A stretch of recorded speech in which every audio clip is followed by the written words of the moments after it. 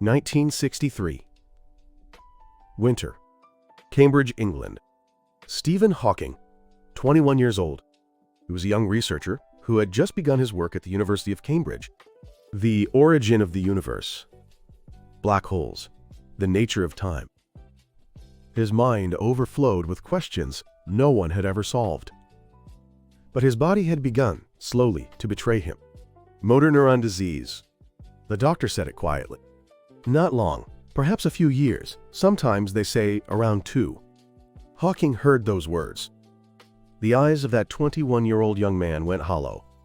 ALS strips the muscles from the entire body, without mercy. He would lose the ability to walk. His arms would stop moving. Eventually, even his voice would be taken. Within a few years, he was not supposed to exist.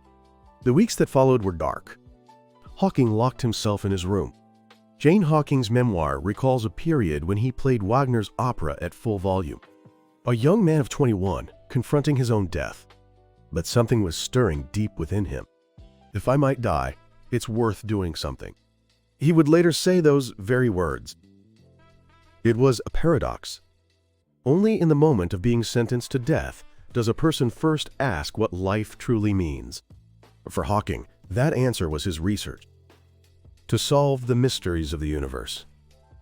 That was the only way left to spend whatever time remained. The man, given only a few years to live, kept on working. 2 years passed. He was still alive. 5 years passed.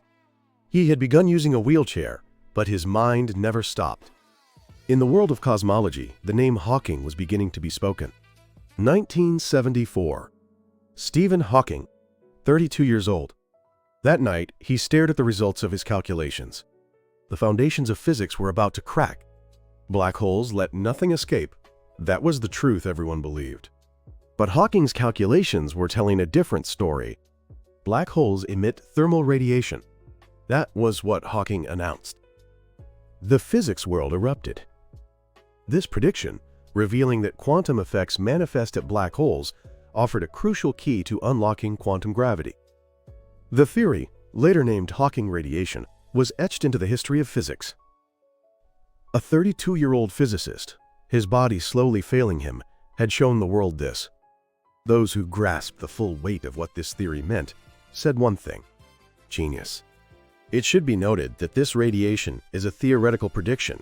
It has not been directly observed from actual black holes in the universe. Yet, in recent years, indirect laboratory experiments have begun to provide evidence supporting its validity. Hawking left this world without ever receiving the Nobel Prize. But his theory lives on. 1985. Hawking, 43 years old. While in Switzerland, pneumonia struck him down. After hovering between life and death, the doctors turned to his family and asked, "Do you wish to remove life support?" His wife answered, "Keep him alive." But there was a price. A tracheotomy. And with it, he lost his own voice. Forever. His new voice was the mechanical sound of a computer. At first, he used a switch operated by his fingers to select each word.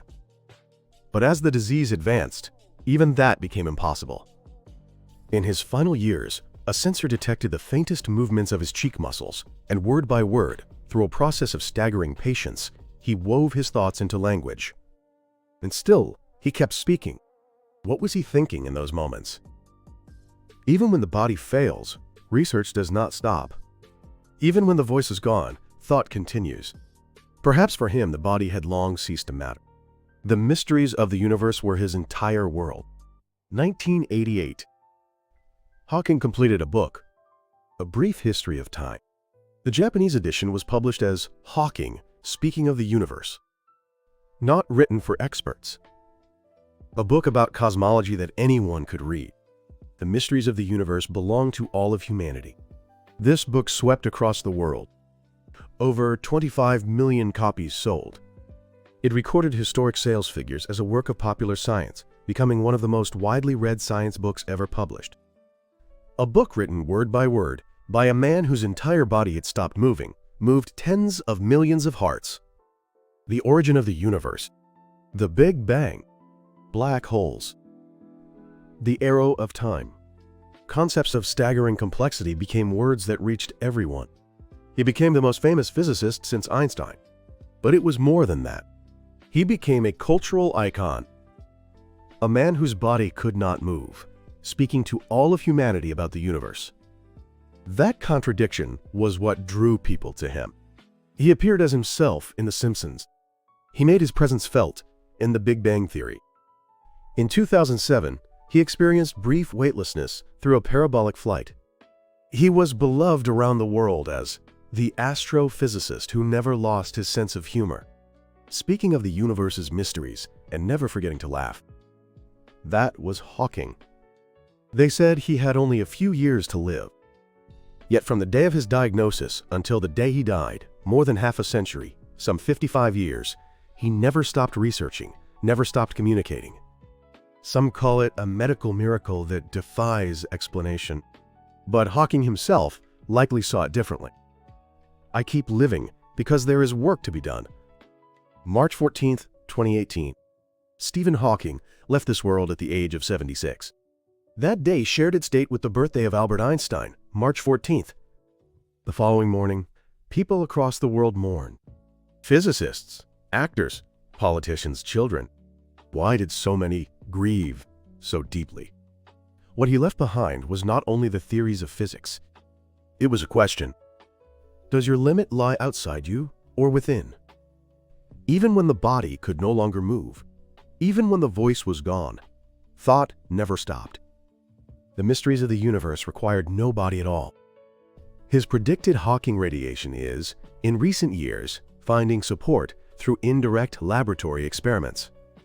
He left without ever receiving the Nobel Prize, but his theory lives on. What Hawking proved was not a theorem of physics alone. It was the possibility of the human spirit. What can we learn from the story of Hawking? On the day he received the worst diagnosis imaginable, he fell into despair. But paradoxically, that despair was what set him free. There is nothing left to lose. From that moment, he did only what he truly wanted to do. Constraint gives birth to freedom. Limitation reveals what is essential. The limits of the body can expand the horizons of the mind. Hawking spent 76 years proving that. And now, a question for you. History records only outcomes. But the reason Hawking looked up at the universe night after night, that was never written down. When you feel you've reached your limit, is that limit truly outside you? If your life were to begin on the day you received a terminal diagnosis, what would you do? Tell me your thoughts in the comments below. Thank you for joining me to the very end today. On this channel, we follow the stories of those who, like Stephen Hawking, spent their lives challenging the limits of their era and conventional wisdom. Scientists, entrepreneurs, leaders throughout history, we uncover what lay behind the decisions they made, and together, we decode the blueprints they left us. Subscribe and turn on notifications so you don't miss the next story. Until then, see you next time.